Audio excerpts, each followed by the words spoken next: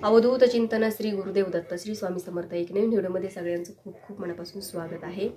तर उद्या आहे पिठोरी अमावस्या आणि उद्या श्रावण महिन्याची सांगता पण आहे। म्हणजे ह्या वर्षी 5 श्रावण सोमवार पडलेले आहेत। म्हणजे हा योगायोग पूर्ण 71 का 72 वर्षांनंतर आलेला आहे। त्याच्यामुळे ह्या श्रावण महिन्याला अधिक विशेष महत्त्व दिले आहे।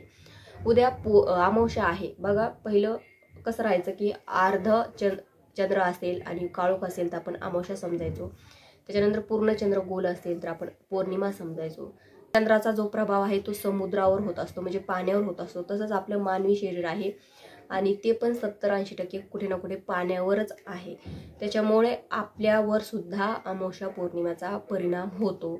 आणि आपण जर अमावस्या पौर्णिमेला आपण घरात उपाय सेवा जर केली तर त्याचा जो फरक आहे किंवा त्याचा जो आपण म्हणतो ना की म्हणजे ज्या त्यावेळी जी ती गोष्ट जर केली तर त्याचं विशेष महत्त्व वाटत असतं किंवा त्याचं जे त्या सेवेचं किंवा त्या उपायाचं जे फळ आहे ते आपल्याला जास्त अधिक पटीने मिळत असतं। त्याच्यामुळे अमावस्या आणि पौर्णिमेला तुम्हाला जे उपाय करायचे आहेत ते अमावस्या आणि पौर्णिमेलाच करायचे आहेत। तर उद्या श्रावण सोमवार आहे, शेवटचा सोमवार आहे।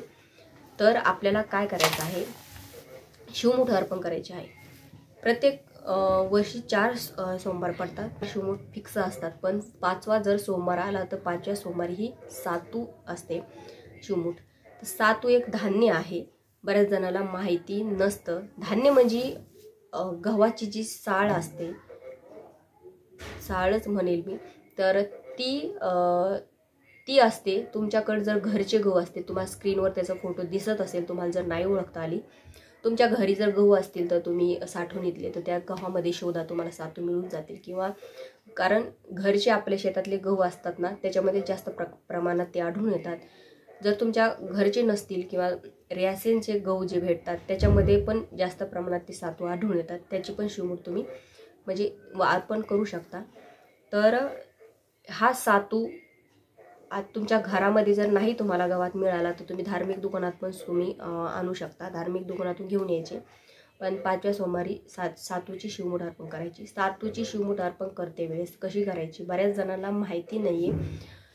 सातूची शिवमुठ अर्पण करते वेळेस हातात शिवमुठ घ्यायची आणि ती ओली करूनच शिवमुठ अर्पण करायची आहे।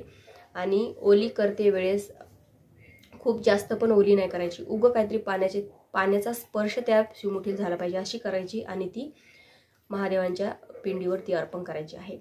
शिवमुठ अर्पण करते वेळेस कोणता मंत्र म्हणायचा बघा, शिवा शिवा महादेवा माझी शिवमुठ ईश्वरा, मनातील इच्छा पूर्ण करा देवा, असा मंत्र तुम्हाला म्हणायचा आहे। मी याच्या अगोदर तुम्हाला सांगितलेलं नाही वाटतं, पण शिवमुठ अर्पण करते वेळेस तुम्ही हा मंत्र नक्की म्हणा। शेवटच्या सोमवारी का होईना पण म्हणा, तुम्हाला जर माहिती नसेल तर नक्कीच। मनातील इच्छा पूर्ण होत असते आपण जर असं हा मंत्र म्हणून शिवमुठ अर्पण केली तर। बघा आपण बेल अर्पण करतो, त्याच्यानंतर आपण रुद्राभिषेक करतो प्रत्येक सोमवारी, प्रत्येक माता भगिनी किंवा पूर्ण श्रावण सोमवारी म्हणजे पूर्ण श्रावण महिनाभर रोज अभिषेक केला असेल रुद्राभिषेक करते वेळेस शिवलिंगावर पंचामृताचा अभिषेक करायचा, त्याच्यानंतर चंदनाचा करायचा, त्याच्यानंतर भस्म लावायचा, त्याच्यानंतर अत्तर लावायचं, पूर्ण पंचोपचार पूजा करायची, बेल अर्पण करायचा। बेल अर्पण करते वेळेस ओम नमः शिवाय मंत्राचा जप करायचा किंवा शिवनामावली येत असेल तर शिवनामावली 108 महादेवांची नावं घेऊन नित्यसेवेच्या ग्रंथामध्ये दिलेले आहेत ते पण म्हणून तुम्ही बेल अर्पण करायचा। तर हे सगळं झाल्यावर शिवमुठ अर्पण करायची। त्याच्यानंतर आपण जी शिवमुठ अर्पण केलेली आहे ती आपल्या शेतामध्ये टाकायची। त्याच्यानंतर शेतामध्ये समजा नाही टाकता आली तर तुमच्या दारापुढे झाडं असतील त्या कुंडीमध्ये तुम्ही टाकून द्यायची ती।